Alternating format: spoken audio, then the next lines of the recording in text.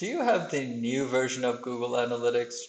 Looks a little different, maybe something like this on the left-hand side. If you see that, then you're in the new version. You may have seen workshops with me or even someone else that's talking about the older version, and so you're familiar with the old version really, and you don't know how to get out of this view. So today we're going to show you how to get that old view back. So for a period of time, you can get used to this and then the old version, and then eventually maybe you can just switch to the GA4, which is this new version here. Hey, this is Mohsen. I am the founder of DataUp, where we help businesses around the world understand and improve their customer experience so their prospects and customers continue doing business with them, which makes everyone happy. So in this case today, we're going to talk a little bit about the differences. So the difference in the views here, this is the UA version. I'm going to refer to it as GA3. So the UA version GA3 here looks like this. You have in reports, you have 5 options here. And on the new version, the GA4, you'll see a lot more options on the left-hand side. The main one, you'll still just have 4 options here, and then there's a few other things. If you're interested in the difference between the two, I've covered it at a high level in a different video, so check that out if you're interested. But in this case, you might be familiar with this because you've seen workshops or even tutorials and things like that talk about the UA3. Not so many as in GA4 yet. I'm sure there will be a lot more in the near future, but you might be familiar with this version. So what we're going to help you today to do is get from this version to this version, the UA version. And how do we do that? The first thing we need to figure out is the account structure. So I created this test website view here that you can see. So if I go to my account mode test website, then I can see I have this GA4 here. The quick way to identify whether or not you have UA or GA4 is to see the number here. If you have UA in front of your number, then that means that this is Universal Analytics, that's GA3. If you don't have the UA in front of it, then it's GA4.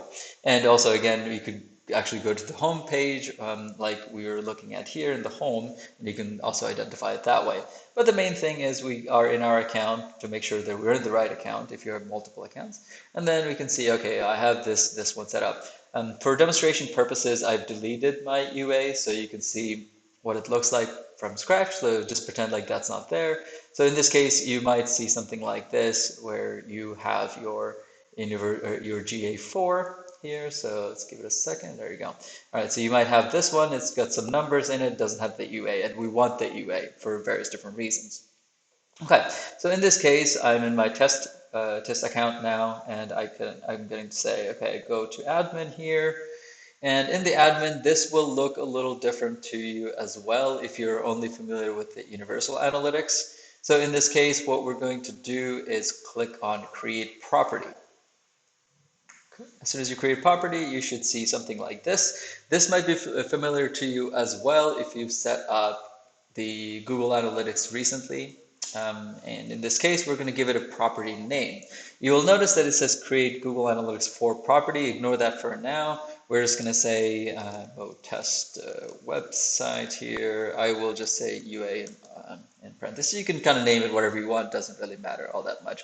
You'll want to make sure you're in your correct time zone so the data comes in properly so you can view it nicely. So I'm going to say I'm in Chicago time, and then in here, notice that I clicked on this button. This is something that is very important in this setup, so make sure you click on the advanced option. All right, so if we click on advanced option, this thing will come out in this option here. And as I see here, it says create a universal analytics property. And this is the thing that I was talking about. So you want the UA version. So in this case, I'm going to just toggle that, and I get this option that says, okay, give us your website. So I'm just going to say motestwebsite.com. It's fine, whatever the website that you have, just put that in there. And down here, I'm going to say create a universal analytics property only because I already have a GA4 property. I don't need to create yet another one. Then you have to go delete it later as unnecessary. So I just click on this. Just to kind of review, you will give it a name here on the top. Just ignore that it says create a Google Analytics 4 property. You will need to give it the website that you're installing this on later on. And then here you'll select only Universal Analytics property here. Once you do that, you'll click next. And then this is the usual thing. It'll just ask you to select some things, whatever is relevant for you, you can select, and then create. Once you hit that create button, you should see something like this, where it'll say Mo Test Website. This is the exact name that I gave it before. And you'll see there's the UA-number. And this is obviously bigger, so we can see the UA-number, which is my tracking ID here with my tracking code. Depending on how I will be implementing it later, I might need either or to go along wherever I'm trying to do. So I'm going to click on this button here, and I'm going to see this full admin panel like you may have seen before. Just as a confirmation, I will click on this and I will show you that I have the old one that I already had before, which is the GA4. And as we remember that it doesn't have the UA in front of it, that identifies that's GA4. This UA is now here. You'll notice that this is my old one. This is the new one that I have in terms of the setup that I just did. And because I'm in that view, I can see that this is the settings for this UA version, and I can also confirm it here as well. So that's how you get your UA version of your Google Analytics. So if you have the newer version GA4, you can also get the UA version. So if I go here and click on here and then here, and I should be in my UA version. If you click on home, then it will take you to the view where you can see this view. Obviously, I haven't installed it anywhere yet, so I don't see all the numbers here, but as you install it in your website, you should see this numbers going up and more people, going to your website, etc. So that's how you get your UA version sort of enabled, installed in your Google Analytics account.